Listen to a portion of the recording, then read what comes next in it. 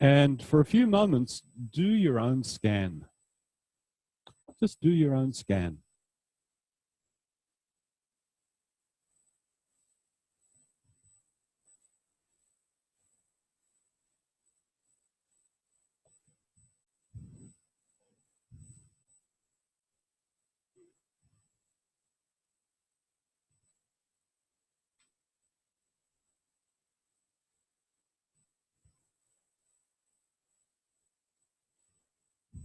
And as you do your own scan, take a metacognitive stance. In other words, be aware of what you're being aware of.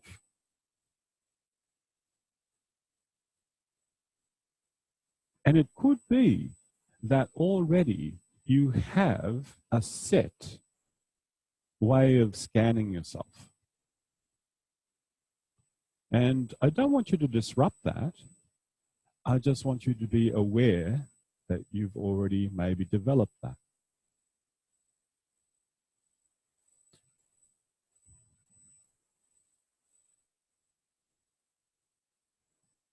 So there's two possible options here, two categories of operating. One, you lie on the floor and you pay attention to those sensations that arise or present themselves to your attention.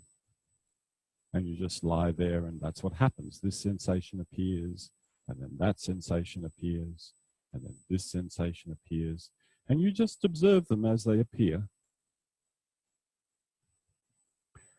Although I'd like to replace that word observe with note, you just notice, because observing already has a visual bias. So you notice these things as they appear, as they arise. So that's the first way. The second way is you turn on the spotlight of your awareness and you go searching.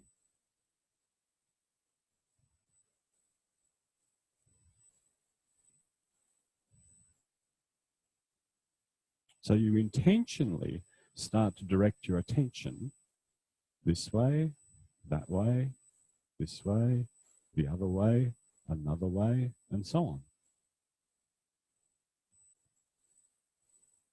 So they're the two ways.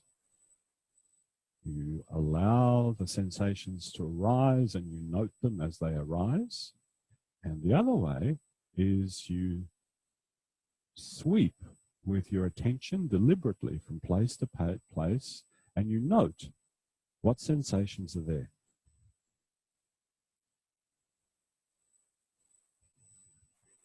In cognitive neuroscience, the first approach is what they call bottom up, from the sensations of the body up to the cortex. And the other way is called top down, from the cortex into the body.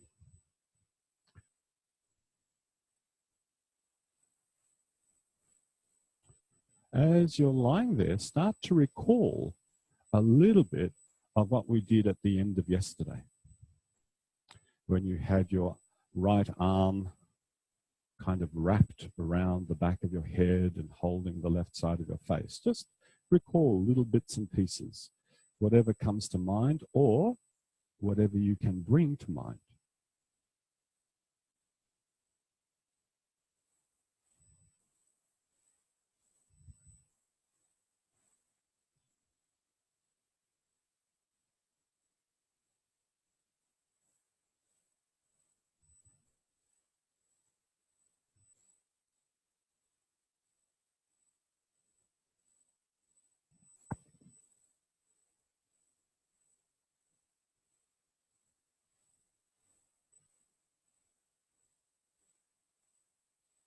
Give yourself time to remember. And don't try to remember in sequence. Remember in any order that it appears.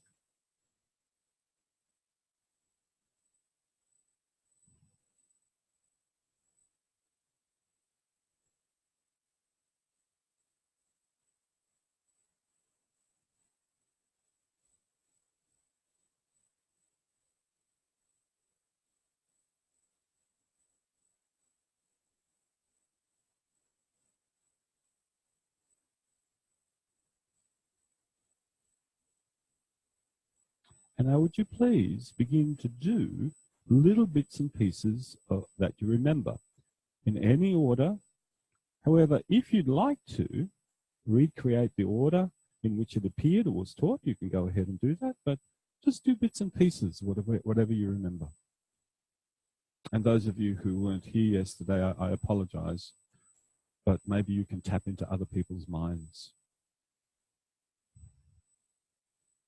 And that's not a silly request. You just have to look at what they're doing. So you can look at a person's behavior and then extrapolate, this is what they're thinking.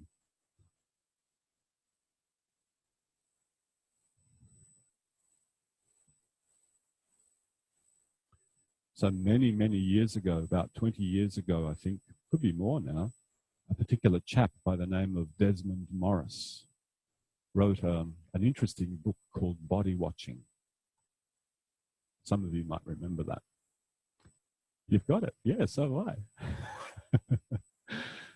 And of course, in that book, he becomes kind of like a voyeur with commentary about human behavior, all the different things that we get up to in terms of decorating the body, the way we gesture, how we move in different cultures, differences between ways that females have learned to move in certain cultures and males. It's a very interesting book, a little bit dated now.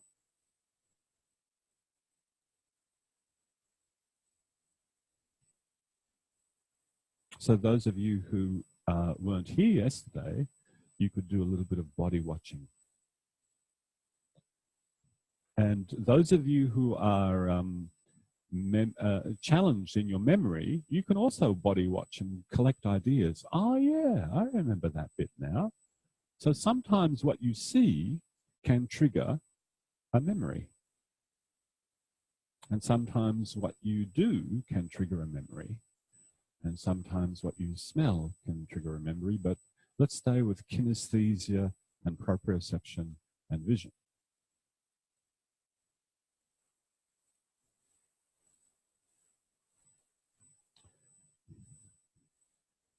And looking around the room, the quality is a little bit changed. Yeah? Do you notice? Compared to yesterday when you did this lesson, is there something that's different in the quality of your approach this morning?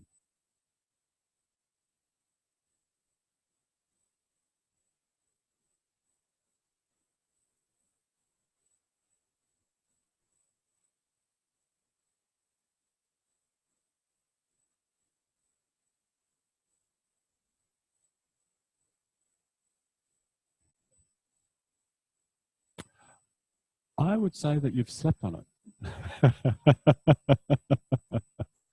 I would say that there's something about revisiting a lesson that's different from the first time around. I don't know how maybe it's a myth in my head, but this is a commentary. Please keep exploring. You can explore and listen.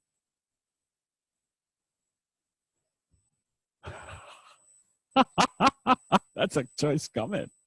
Memory is not as bland as it sounds. No. Memory can be as vivid as you want it to be.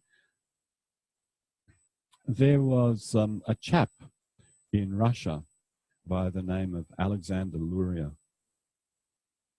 And he was what you would call probably the father of neuroscience, but at that time they would call them neurophysiologists. And the skill that this particular chap had was that he was able to write really detailed case studies, but make them sound like a novel, because he would inquire into the whole person's life. Now, just a little aside, do you remember that little bit where you had your arm wrapped around your head and you took your elbow forward and then went forward and up and backward? Yeah, do you remember that bit? Yep. So he would write these beautiful case studies that were richly dense in neurophysiological detail. He was ahead of his time, as very often in Russia neuroscientists were. But of course, sometimes those scientists were punished for not towing the Marxist line. which was the party line, but that's an aside. He wrote a book called The Mind of the Mnemonist. It's only a thin little book. If you can get hold of it, it's a really good book to read. And this particular chap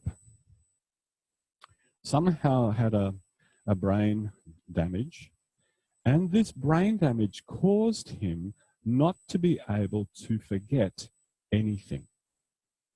Oh, yeah, he couldn't forget a thing.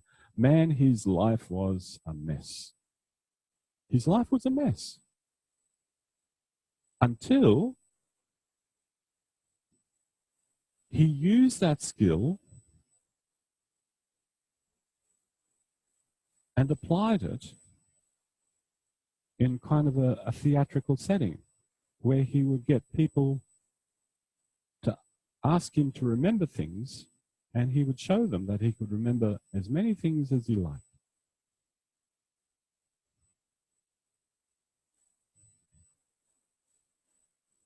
As far as I can remember, that chap stayed like that for the rest of his life. He just had to find a way to use that in order to live well.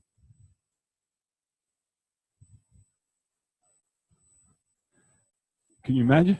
Now, where did I put them yesterday? Where did I put them 10 years ago?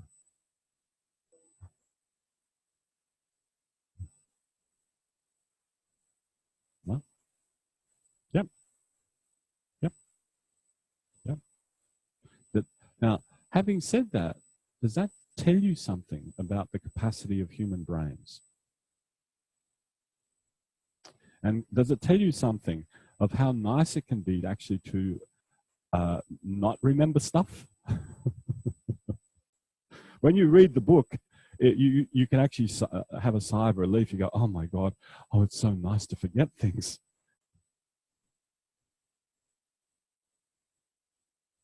So the book is called The Mind of the Mnemonist.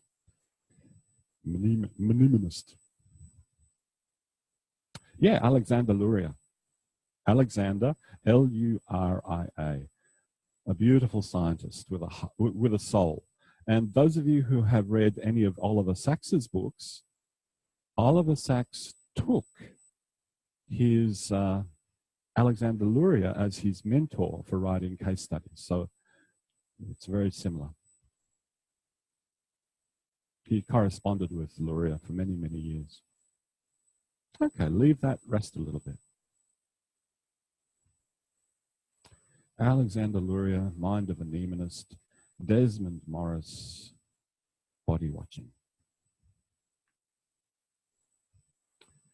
So you see, I don't go to parties, I just read books. Which is like going to a party, really. I can invite whoever I want.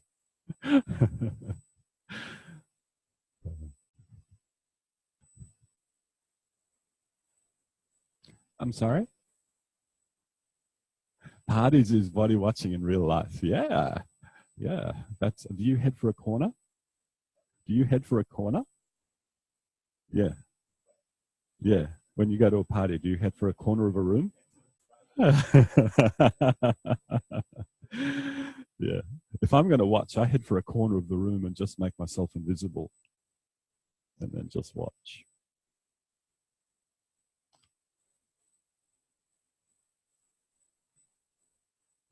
So I got distracted. You know, it is very worthwhile to revisit lessons you have already done. Why? Because you're no longer naive. Yeah, it's no longer the first time. And you already have some inkling of how to do it. And that allows you to explore different dimensions of the lesson and also to build on your experience. So please, over these next 3 years, don't think that lessons are once-off kind of affairs. You can revisit them again and again as your heart desires or as your mind desires.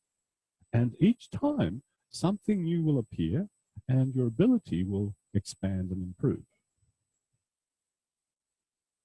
So please roll to one side, come up to sit. Sit with your right leg bent behind, your left leg forward, and face the front of the room. Open your eyes.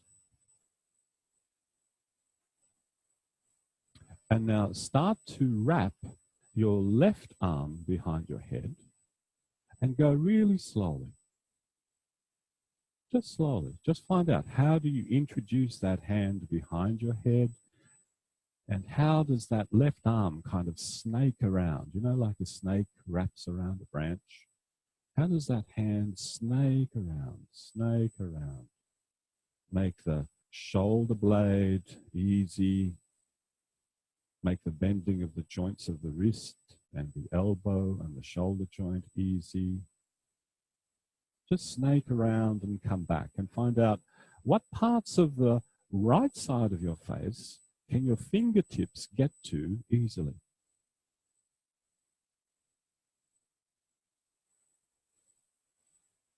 Now, I don't think I used this word wrap yesterday, but I thought of it last night as I was lying in bed. Wrap. Ooh. You can wrap your arm around your head. And then you can use the fingertips to explore the shape of the ear, where all the different folds of the ear are, the earlobe, the temple, the jaw.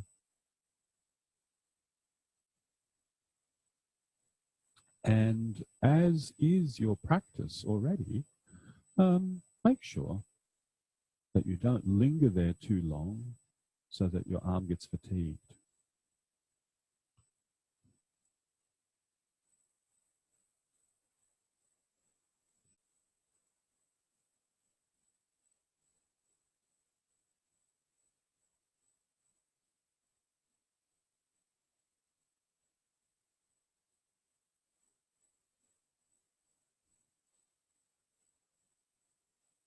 Now, here's a question.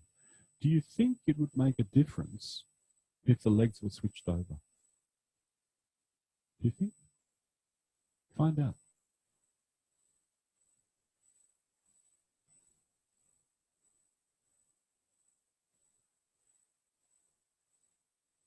So what's it like to wrap your left arm around your head with the legs like this?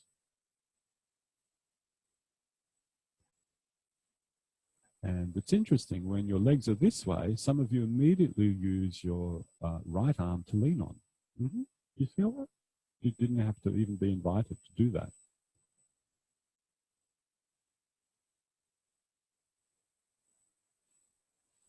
And remember, yesterday we said something about when the trunk is being held upright, there are certain muscles that then are preoccupied with holding you upright. But as soon as you lean on your hand, those muscles get a little bit released from their work, and then more movement becomes available. Do you remember some of that?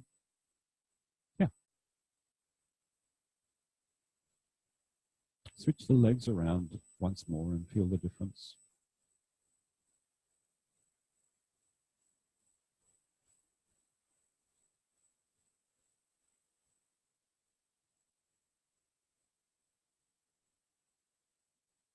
So now your right leg is behind and your left leg is in front. And please wrap your arm around your head as far as is easy, but don't rest your arm on your head. This is something I didn't mention yesterday at all. Yeah, so your arm is wrapped around, but the weight of your arm is not resting on your neck or your head. They're together, but the arm's not waiting on the head. And now in this position, add a little bit more weight above. Hold your left elbow with your right hand. Oh, God.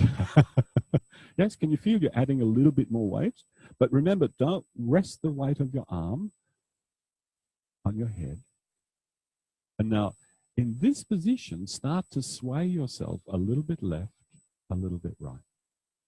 Left and right. Oh, it's a bit like a creative dance class. Sway yourself like flowers, left and right. Sorry about that.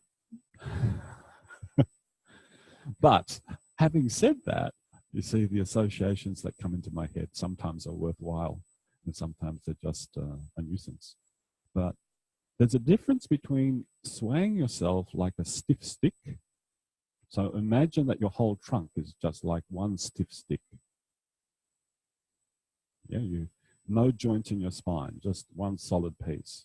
Sway yourself like that and notice how quickly that movement gets to your pelvis.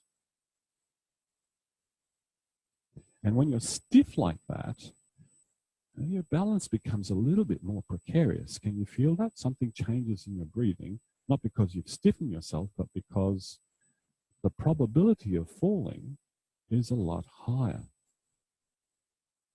And now unstiffen yourself and have torsos that you have by design, which are flexible, supple, like the stalk of a flower waving in the breeze. That's it. Yeah. Left and right, not forward and back. Left and right is not forward. Left and right is not backwards. Left and right is left and right. And now that you've introduced this possibility of having a supple middle, notice, when do the legs actually start to get involved? When does one leg start to lighten from the floor, the other leg starting to lighten from the floor?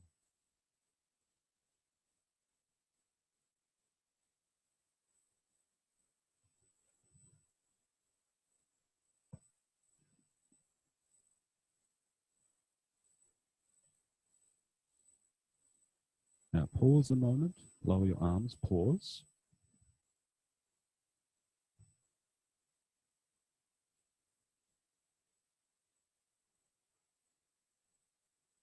And now switch the legs over so that the left leg is behind. And wrap your left arm around your head, hold onto your elbow with your right hand. And once again, sway yourself left and right.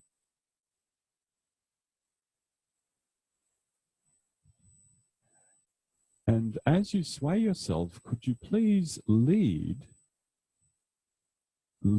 with that left elbow? So it's like your left elbow is traveling through space, left and right, and your torso can bend, and eventually your pelvis follows, and eventually your legs get moved. Ah, yeah, take it a bit, take it a bit. Yeah, yeah, yeah. Yeah. It's good. It's good to stop. It's necessary, she says. It's necessary to stop.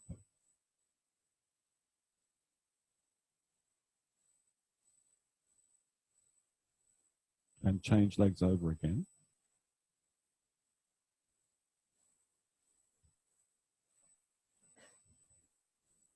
Wow, and some of you changed legs without taking your hand away from your head. That was pretty cool. Do you remember doing something like that yesterday? With your hands rolling your head? Yeah. But yeah, that you did yesterday. So continue to sway right and left. And you know, if my voice drops, do ask me to speak up.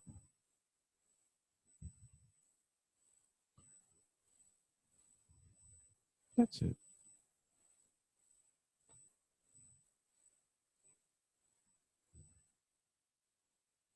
Some of you look like Nijinsky. You know, there's a piece, a dance piece that is very famous that Nijinsky danced, where he danced the Spectre of the Rose. And his arms are very much kind of in this kind of shape around his head.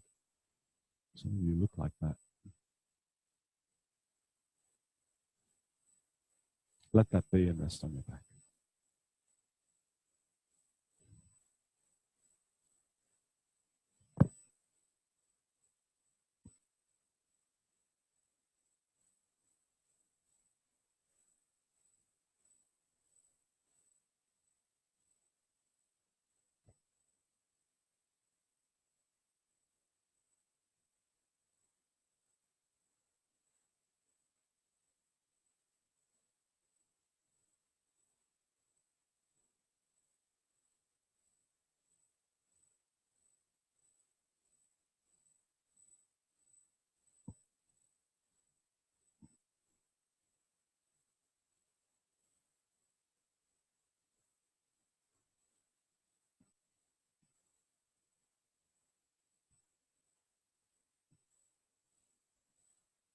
Please roll yourself to sitting.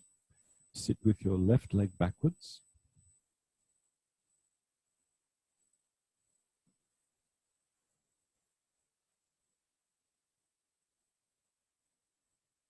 And remember to orient yourself in the room, front, back, left, right.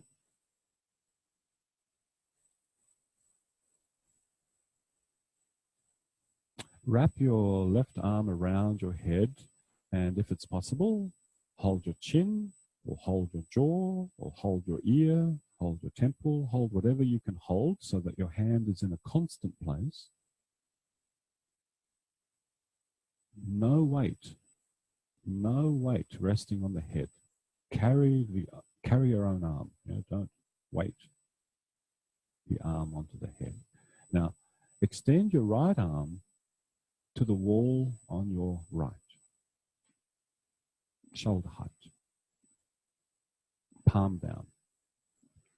And now begin to take that arm and yourself forwards and backwards.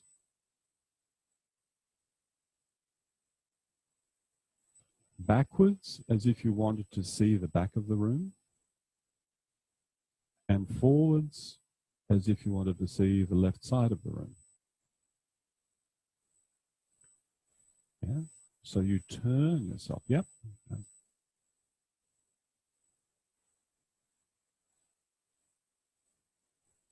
Make it as comfortable for yourself as possible. So if you need to turn the head, you turn the head. If you need to bow the head, you bow the head. But the most important thing today is don't allow the weight of the arm to weigh on the head, and think of not tugging your head with your arm. Yes? So it's not your arm tugging your head.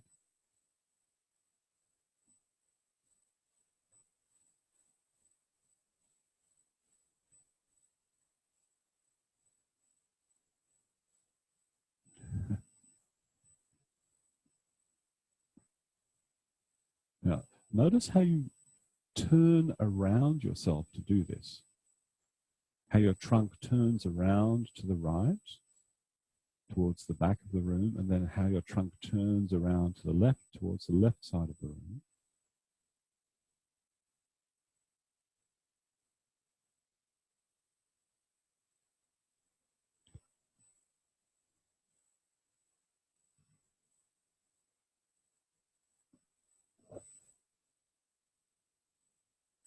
And whatever this means for you, please continue, but looking at your right hand. So if looking means turning your head, you turn your head. If looking means just moving your eyes, you move with your eyes, but just stay looking at your right hand.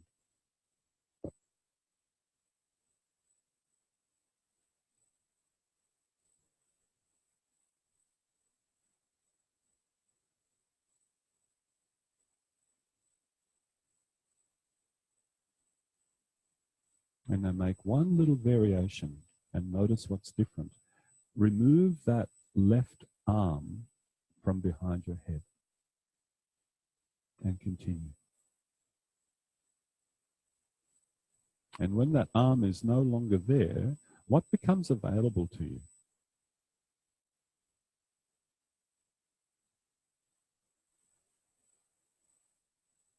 Can you feel? Feel how now you're able to actually turn your neck? So when that left arm is wrapped around your head, it takes away a little bit. It removes a little bit the ability to turn your neck. And if that's so, where must you turn from if your neck can't turn? Wrap your arm around your head and find out.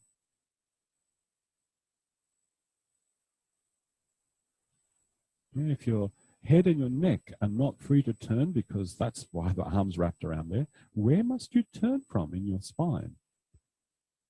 Is it the upper back? Is it the middle back? Are you just turning from the pelvis, like you don't have a spine at all? Yeah. Yeah. All those beautiful joints in there.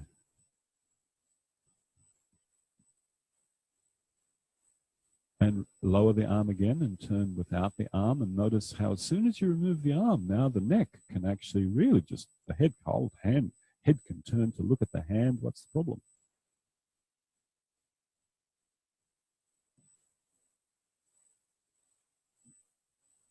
Oh, you're doing another lesson. Very good. That comes mañana. Okay, rest a little bit. Now that's what you call baby learning. Very non-structured, learning by accident, incident, opportunity, whatever you want to call it.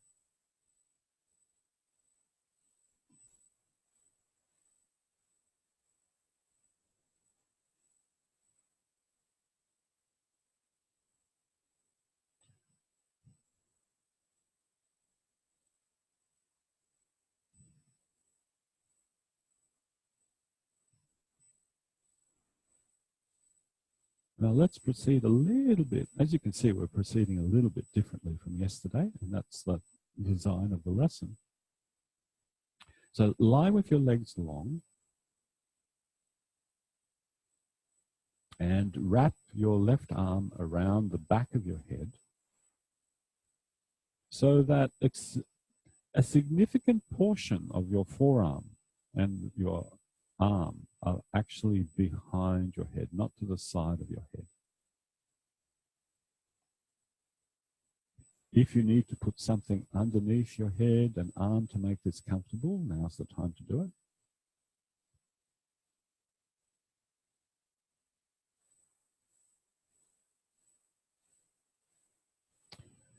And now very, very gently and very, very slowly, start to roll yourself to the right and initiate that rolling with your pelvis. So the pelvis is the first thing to move. Very, very gently, very, very slowly. How slowly? It should take you at least 5 breath cycles to move 5 centimeters. Oh, that was a reaction. No, that was good. Yeah. 5 breath cycles to move 5 centimeters. That's slow.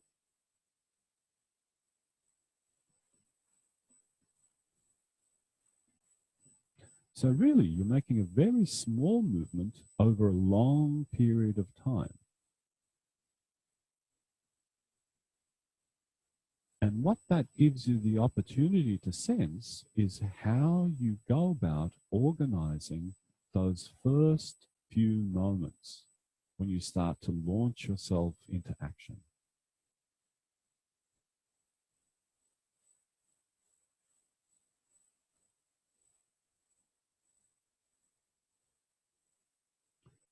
Now, what does it mean to initiate with the pelvis? It means that the pelvis is the first place that you sense moving. Not your left heel, not your right shoulder, not your chest, but the pelvis. The pelvis is the first place to move. So generally speaking, initiation has to do with what moves first. And then you can let the movement sequence through you however you like, but the pelvis must move first in that sequence. And if you're not moving the pelvis first, and this is the intent of this movement, then you're doing it incorrectly. Ooh. Remember, what's correct action? Correct action is where the intent is being realized and not something else. So have as your intent that you will move your pelvis first, to roll to the right. And now change that. You will move your pelvis first to roll to the left.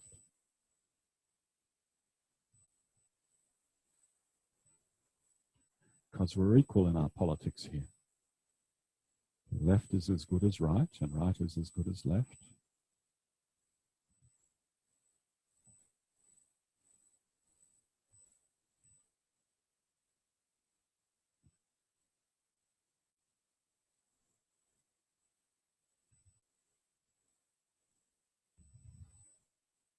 And feel, as soon as you start to move the pelvis, when the pelvis initiates, feel how that starts to move the legs.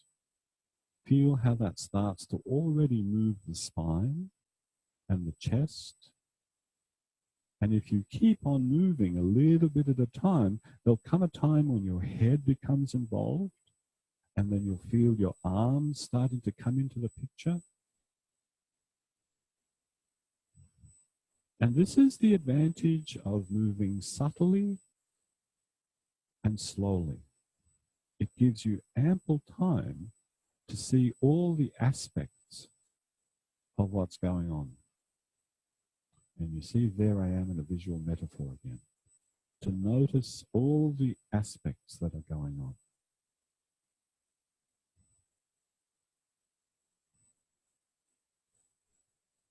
And now would you please change that again so that you are rolling right and left. Initiating with the pelvis.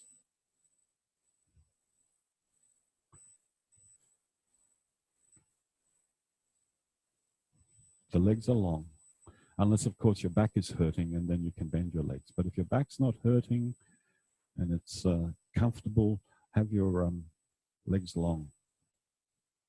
That's the starting position. Wow, some of you breathe really fast. Good, 5 breaths.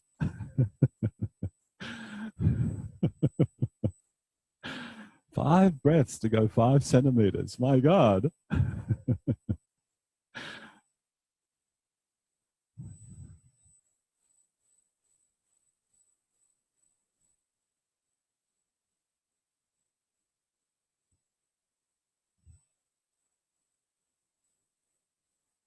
Now make that movement just a little bit bigger and let go of that constraint of the slowness. But that doesn't mean go wild. Yes? Let go of the constraint of going slow, but don't go wild. You wild things. You okay?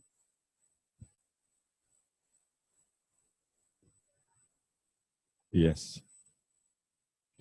Matter of fact, why don't we make a little adjustment? Keep your left arm behind your head and slip your right hand underneath your left elbow. Yeah, so now you have both arms up there, and continue left and right. Sorry. That's the name of the game. When you become ATM teachers, you'll find that your students give you so many suggestions. It's wonderful. Reduces the cognitive load. Because you see variations, and then sometimes people ask questions, and a variation comes to mind, and it's in keeping with what you're doing, so you offer it. So, you know, not all the experience resides in me. There's experience that comes from our mutual interactions with each other.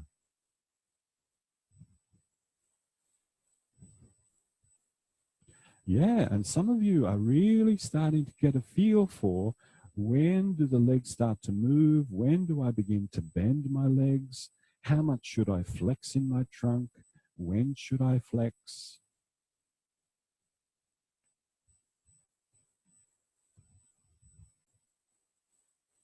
It's amazing what just having the right arm behind there does.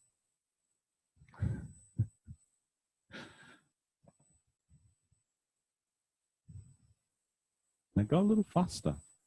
Forget this slow stuff. Go fast. So long as you know that your pelvis is initiating, that's the constant. Pelvis always initiates.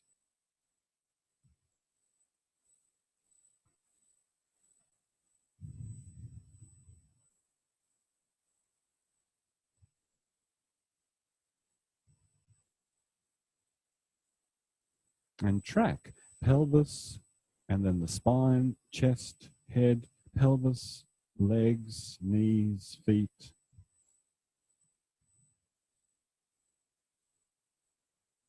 Go a little faster. Pelvis initiating, a little faster. Now, if you know you tend to get a little nauseous, don't go as fast as you can, please.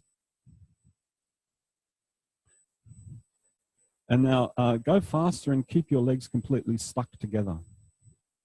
In other words, don't let the heels come apart, don't let the feet come apart. Feel what that does to the movement.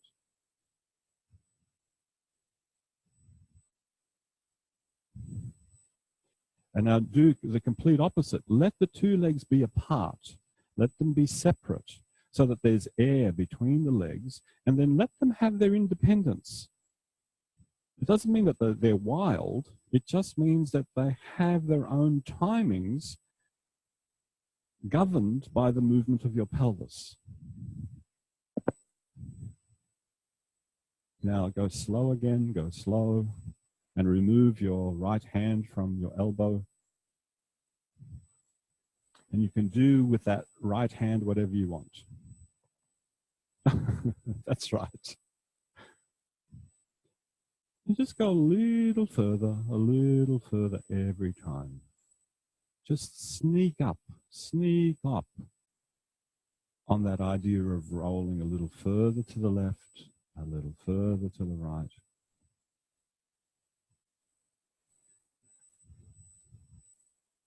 And finding out how much of you can you leave as close to the floor as possible as you come up to sit to the left and as you come up to sit to the right.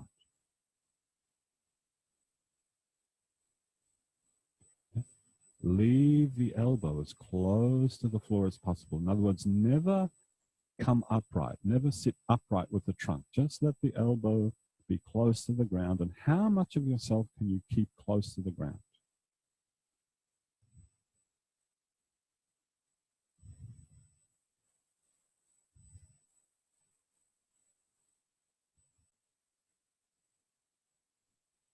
Yeah, don't come upright. Don't come upright. Stay low, stay low, stay low.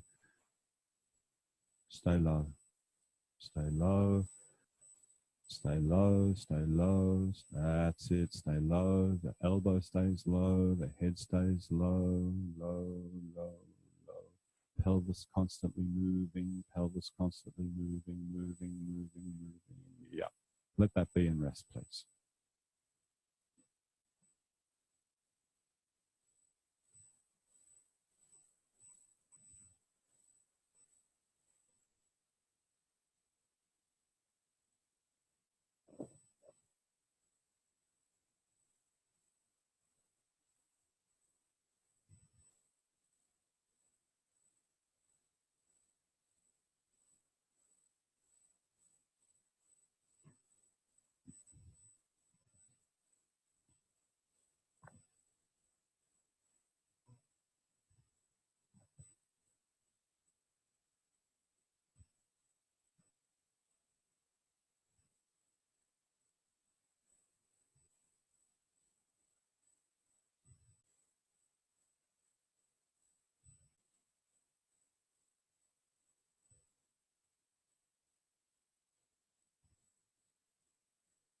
Notice the contrast of lying quietly and moving yourself.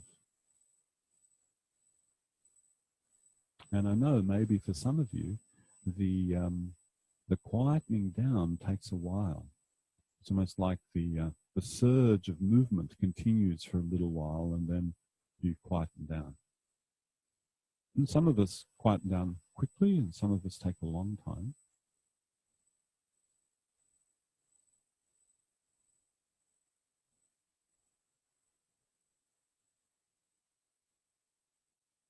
And it all depends on how much you agitated yourself in the first place. You know, this morning I made my pot of coffee, and my habit is to take the spoon and swirl the spoon around in one direction so you get a little vortex, so all the grains go to the bottom. And then I deliberately turn the spoon very quickly in the other direction so all the stuff gets agitated, and I do that 3 times. Very compulsive. Yeah? So you stir, stir, stir, and then you agitate. And you stir, stir, stir, and you agitate. Now, some people move themselves like that. They do the movement, and it's like everything's kind of just agitated everywhere. And some people do the movement like I stir the coffee in the first place. You just go with one direction, one intent, everything coalescing into one intent. And that's a little bit less agitation.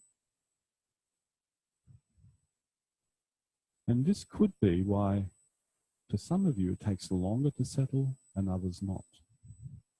It's just a hypothesis, nothing true or false about it, just don't know, putting it out there. Wrap your right arm around your head.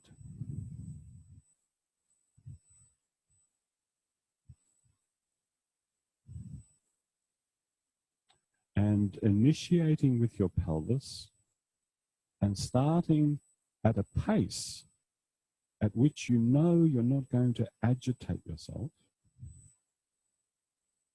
roll to the left. As if you wanted to come up to sit, but don't grasp at the idea of sitting. Don't grasp for it. Know that that's a direction that you're going towards, but you're just going to go towards it at your leisure, not imposing on yourself, not agitating yourself, just a very quiet, leisurely stroll in that direction.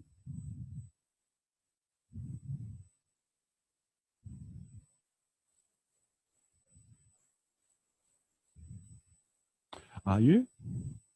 Okay, so maybe we'll do something about that in a moment, yes? You are initiating with the pelvis.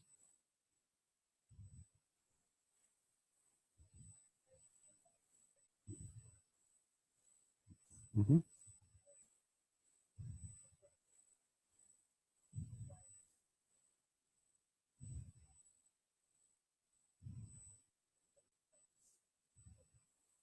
Yeah, it's a really complicated movement, Helen. Yeah, it really is. So, yep. So stay in the middle, have your hands there. And do you mind if I put my hands on the front of your pelvis? Please, the rest of you continue gradually making your way up to perhaps sitting, but never erecting yourself, right? Never coming upright. Left. Don't you know? Left is the right. No. So, yeah. So look, the initiation of the pelvis is the tough part, right? So how do you do that? Now, if you've got stiff legs, that's not going to happen. So the legs need to be ready to roll. Okay. That's your right, isn't it? Mm-hmm. Yeah, that's it. There we go. Feel how your legs just kicked in? Well, use your buttock muscles. There we go. Now, feel how... Yeah, just listen. Just listen. It's okay. Just listen. Look. Feel... There we go. You see? Already, the legs are kicked in. You start to bend the knees. Come back. Now, instead of paying attention to the legs, you pay attention to the arms. What happens in the upper trunk? If you leave the upper trunk behind, then the pelvis has to do a lot of... There we go. So some of it has to do with up here, and some of it has to do with below. And the trick is, if you go slowly enough, it gives you time enough to know above and below. Yeah?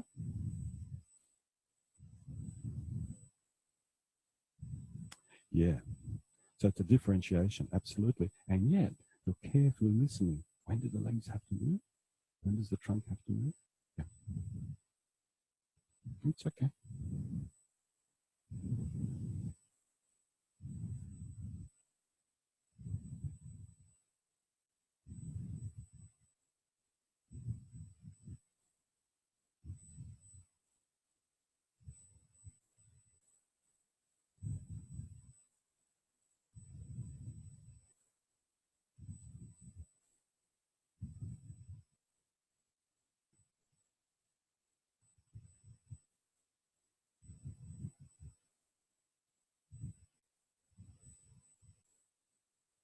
Let that be and rest on your back.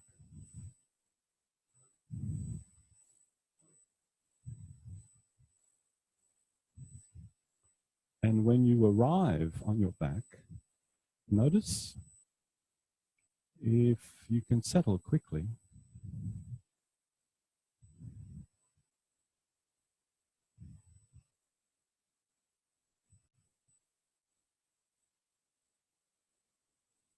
And you know that scan that you did at the beginning of the lesson for yourself, whatever that scan was?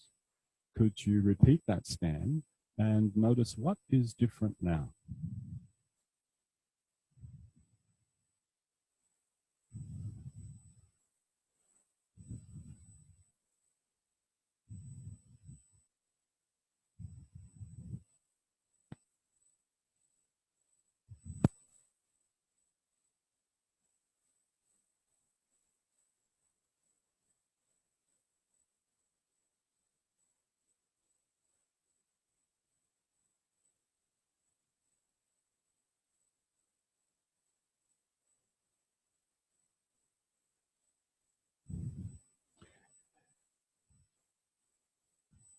Now, don't leave behind your exploration, but don't forget about it.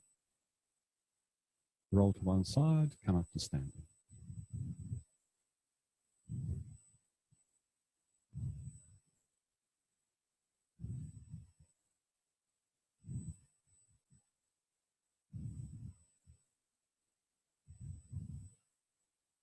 Slowly, slowly, slowly.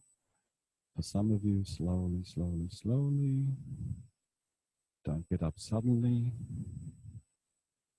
And notice the quality of standing.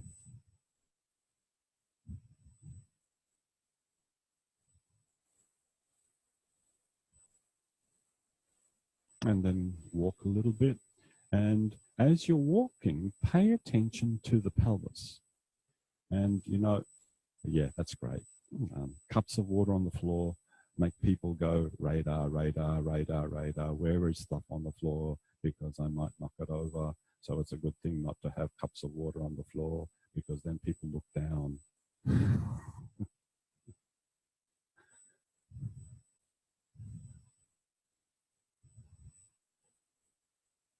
So can you feel the movement of your pelvis as you walk? Can you notice that?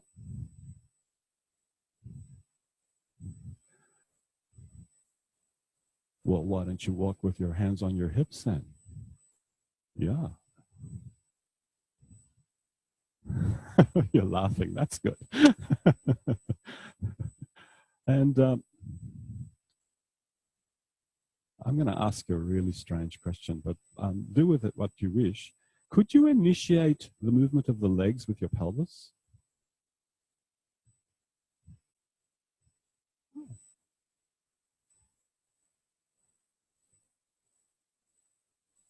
Which is a weird thing to do, isn't it? It's like, ugh. Is that possible?